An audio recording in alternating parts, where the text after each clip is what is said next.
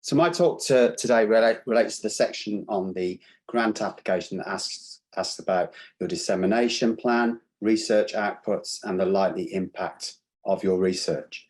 Dissemination outputs and the impact of your research may seem in the distant future, but you will be asked to detail the information in your grant application.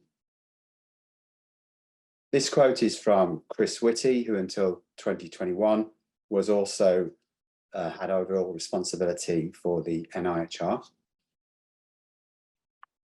So think about how you're going to get your research findings to the people who need to use them. From the onset, you need to talk to those who will be interested in your research and can enable you to achieve impact. Also, talk to those who may block you. So talk to patient groups, talk to gatekeepers who may have a huge influence, although you might have low interest in your research, but who can ultimately open doors for you to those who are most likely to benefit from your research. And this could include even hard to reach individuals. So I'm referring to the NIHR, but it will be relevant to other funding bodies. So think of who you will be disseminating your research findings to, and how do you plan to get the information across to them? What do you think your research outputs will be? And what is their likely impact on patients, the NHS, and the public? Funders understand that the impact of research does take time. There's some variability in what may be meant by terms like dissemination, knowledge mobilization, and impact, but I'll discuss in the context of the NIHR. So dissemination is you and your research team, including PPI representatives, getting your research findings to your planned audiences using defined channels and following your planned strategy. So when designing your research, you need a plan how to share it with the people who can use it to affect change. This is known as knowledge mobilization. So your research needs to reach those who can improve practice and services to maximize impact. So when talking about impact, it is a change the research will make. The pathway to impact needs planning using the processes of knowledge mobilization and dissemination. So to plan for impact, you should include an engagement plan that includes the dissemination of your research and an impact plan. Making plans for knowledge mobilization will ensure your research reaches the people who can improve practice and services. A challenge for the research community is that effective interventions should not take 16 years between receiving funding and realizing health gain impact in wider clinical practice. It is important to initially think of what the impact of your research may be. These are common words used by organizations when they define impact. Both these definitions refer to research impact extending beyond academia and emphasize the contribution of research to society and the economy.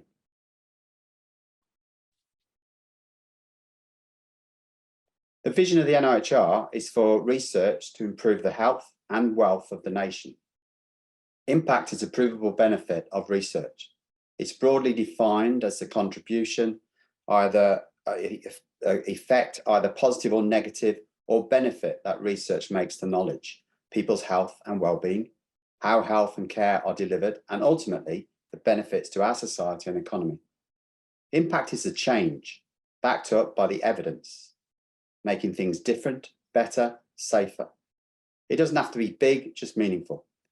The NIHR wants to understand the ways in which your research will change activity, attitudes, awareness, behavior, capacity, opportunity, performance, decision-making, practice, or processes.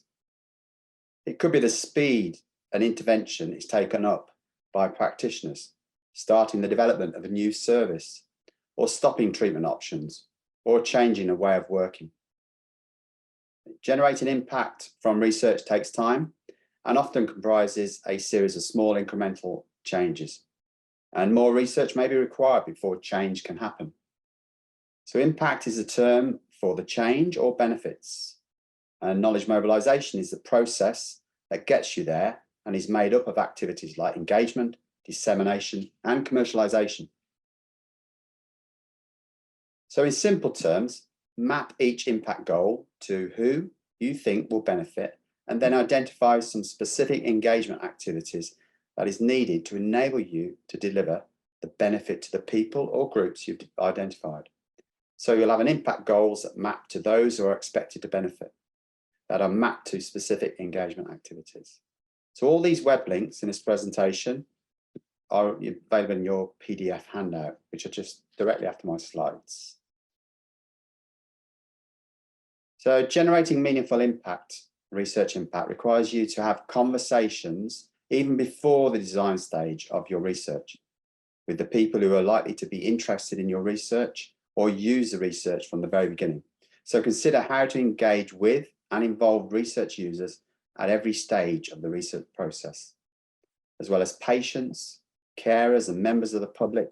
Research users may include commissioners, voluntary sector professionals, managers, clinicians of various backgrounds, and anyone else who is crucial if the intended change is to happen within practice, policy making, third sector or private sector organisations. So engaging with research users and identifying potential impacts from the outset will help you to plan processes by which your research may, directly or indirectly, lead to change. Planning includes considering the kinds of impact you're hoping to achieve, such as what might change for whom, to what extent, and when. Your engagement and impact plan should outline how you will engage with research users to deliver impact from your research. So have a read of this cartoon.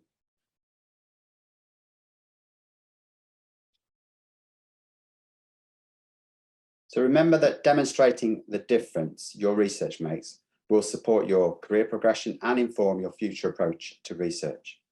The NIHR is accountable to the Department of Health and Social Care, and it needs evidence that your research will make a difference to both the government and to society in general.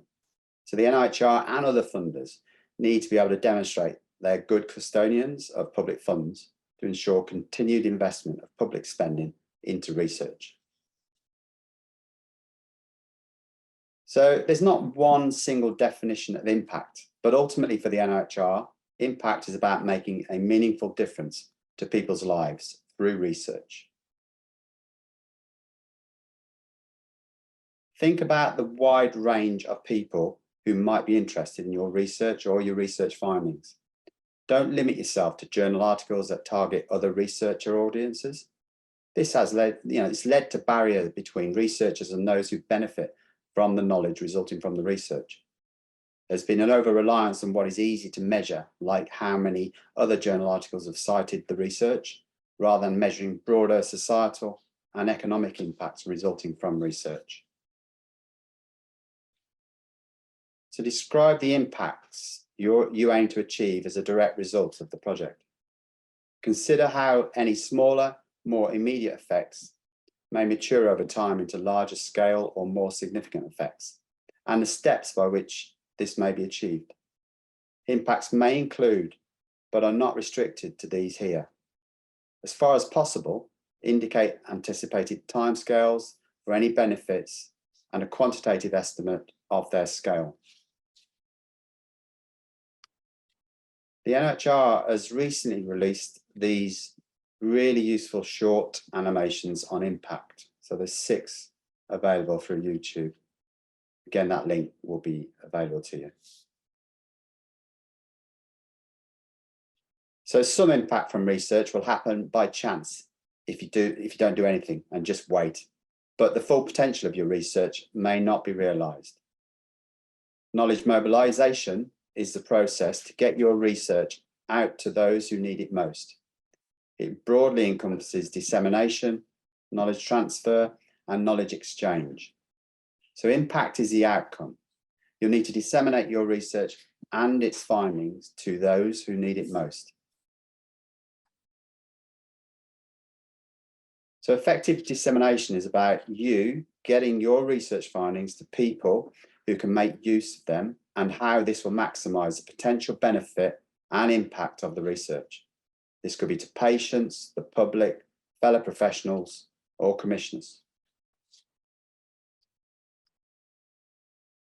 Dissemination in the past was typically about doing the research, writing a paper, and presenting at a conference, then hoping that researchers reference your work to help you become a highly cited researcher. Journal articles are an important output, but it needs to be more than just targeting research audiences. Your dissemination plan will still, however, need to be realistic. For a feasibility study, for example, it's not expected to be extensive, and you're unlikely to publish in a high-impact journal. The term outputs refers to any tangible product of the research. So what do you intend to produce from your research? The NIHR has a broad definition of what constitutes output. They can be written, audio-visual, electronic, or verbally presented. So this slide lists a host of potential outputs to consider. For impact, simply making outputs available will be insufficient. You'll need to consider and outline the process you will use to identify and engage with key parties. So describe how your outputs will enter the health and care system, including how your outputs will be acknowledged, selected, and introduced for use in the health and care service or wider society. So where possible, consider how the work will be able to be adopted and implemented longer term. If the outputs from your research are likely to be commercial, describe the proposed route to market or how you plan on developing this. Describe who is needed to take it forward and the relationship you have with these parties. And consider what further funding or support may be needed at the end of this project to maximize impact. So what are the potential barriers or possible barriers for further research development, adoption, and implementation? There could be issues around intellectual property, such as copyright and patents, or possible regulatory hurdles. So describe the difficulties which may be faced in generating impact from your research. These may be difficulties you will face yourself, or are there likely to be challenges faced by clinicians to implement the findings? What are the challenges for getting your research implemented in terms of acceptability, accessibility, and feasibility? So how will you address these? You'll need to describe the main knowledge or outputs from your research and how they will be presented, disseminated, and used. So set aside some time to think of an effective plan, communicate and disseminate your research findings to others, and how this will maximize the potential impact of the proposed research. So these web links will help you do this. So what follows is a summary of the plan focusing on the NIHR. So always check the funding body guidance.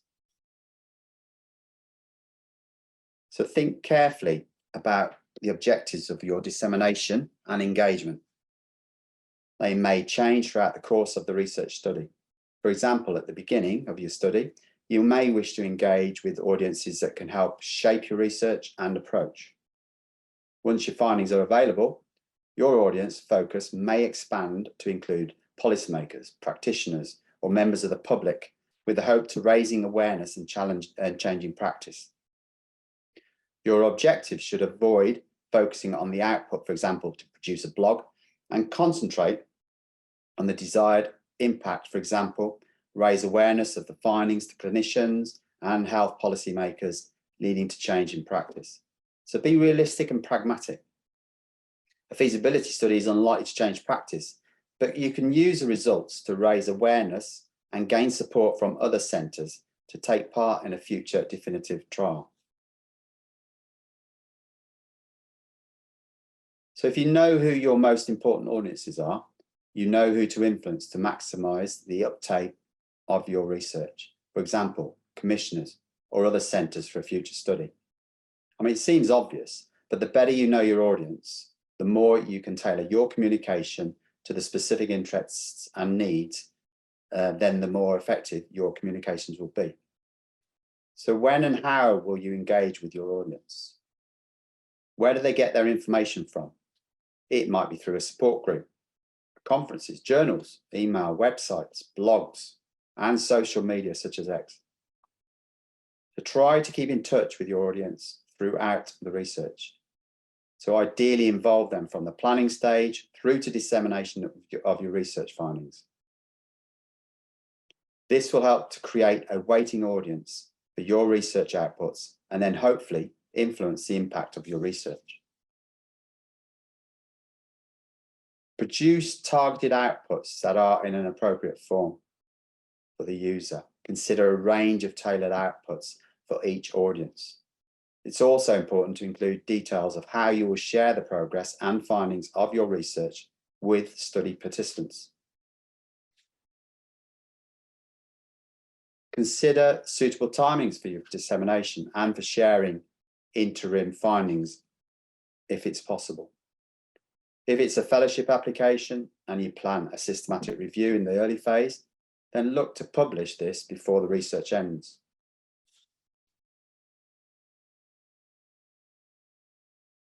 What resources will you need to deliver your dissemination plan and ultimately to maximise the impact of your research?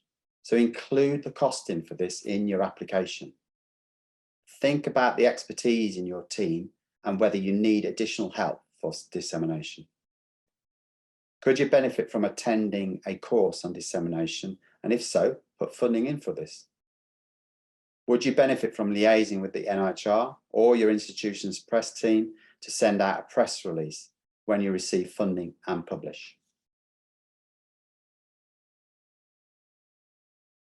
Some years ago, the University of Southampton press team sent out this press release, Manuka honey curbs activity and growth of bacteria, and was picked up by national newspapers. And then the BBC and other news agencies, resulting in a global interest from patients and public wanting to take part in the research, and from other researchers. Patients and public should be involved in research from the design to dissemination of the research findings, so engage with them early. They're powerful voices. They're likely to be good advocates for your research, so they should be involved in the planning and preparation for dissemination. So as part of the research costing, consider including the training of PPI members in public speaking. So think about the main message from your research findings that you want to disseminate. How can you frame this message so it will have a particular meaning and importance to your target audience? So to achieve this, use the right language and focus on the possible impact of your research on a clinician's clinical practice or a patient's daily life. There could be current cultural and political issues you need to consider. Think of how your dissemination might be perceived by different groups. Think about what the risks are to your dissemination plans, such as intellectual property issues. And if necessary, consider contacting your funding program and employer for advice before you disseminate. So what might be the most effective ways to communicate your message to target audience? For example, your own study website could be, social media, charity websites, a dissemination event. So try to connect with people in your audience who can be an advocate for your findings. So you might want to think about getting a web presence, possibly initially through a research group where you work. And your research may fit with an online communities in conditions like diabetes, dementia, aging. These are often made of primarily patients and could be used as a sounding board for ideas about research. They can help you to engage with people. If you develop a website, think who your audience is, as they may require different messages, have different pages for patients, lay people, other professionals, media, or funders. So this is a website for a study funded by the NIHR, so the Health and Social Care Delivery Research Funding Stream, that's HS and DR. Just have a read of this cartoon.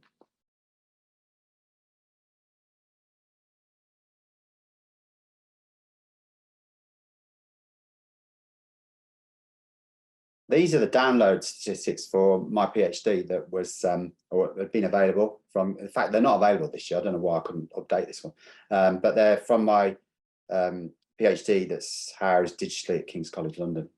So I had no dissemination plan, and there were 170 downloads in about 8.5 years, which is pretty poor. But then in 2018, I wrote this theme review for the NIHR.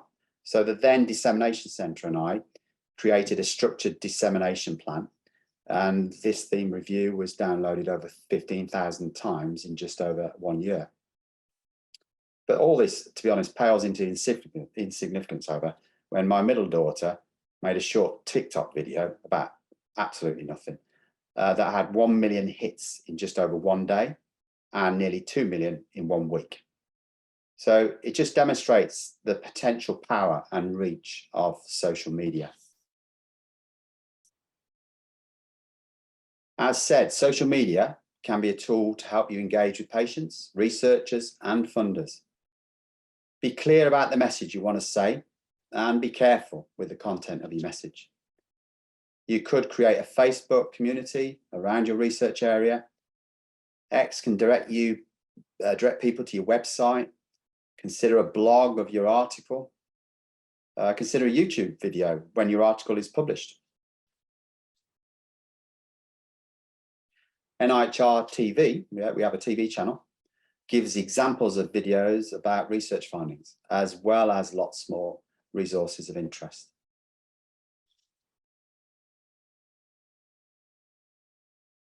These next 2 slides give you links to lots of resources that detail how to communicate your research to help increase influence and change.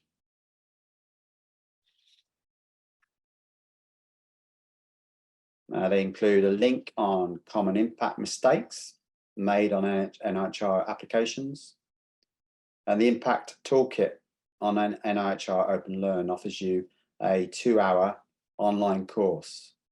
You just need to be able to, just need to register to access that. And there's other courses on there that you can access different to impact.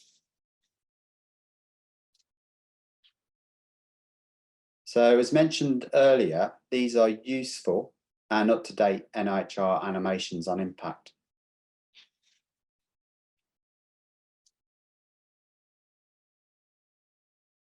So remember that effective dissemination is about you getting the findings of your research to the people who can make use of them without delay. If you're doing a small-scale study, like I said, a feasibility study, then your dissemination plan is not expected to be extensive, as the results are likely to be way off patient benefit.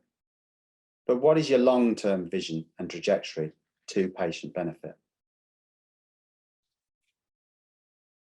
So in conclusion, don't just say your output will be to publish a paper and go to a conference. It is this, but also more. Explain how the findings from your research will be shared with or disseminated to others, and how this will maximize the potential impact of the proposed research. Disseminate through an event to inform participants and study sites. Ethics, funders, policymakers, and managers could be there. Engage with NICE professional bodies and colleagues. Organise training courses. Use your websites and social media. And think of anyone else who can shift your research results into practice to result in a meaningful difference to people's lives. Remember to ask for funding to do this as part of your grant application. I've seen it written in NIHR publications that up to 10% of your grant application should be on dissemination and knowledge mobilisation. So I'm not saying it has to be, but just that's quite a significant amount of money. So consider putting in money for it.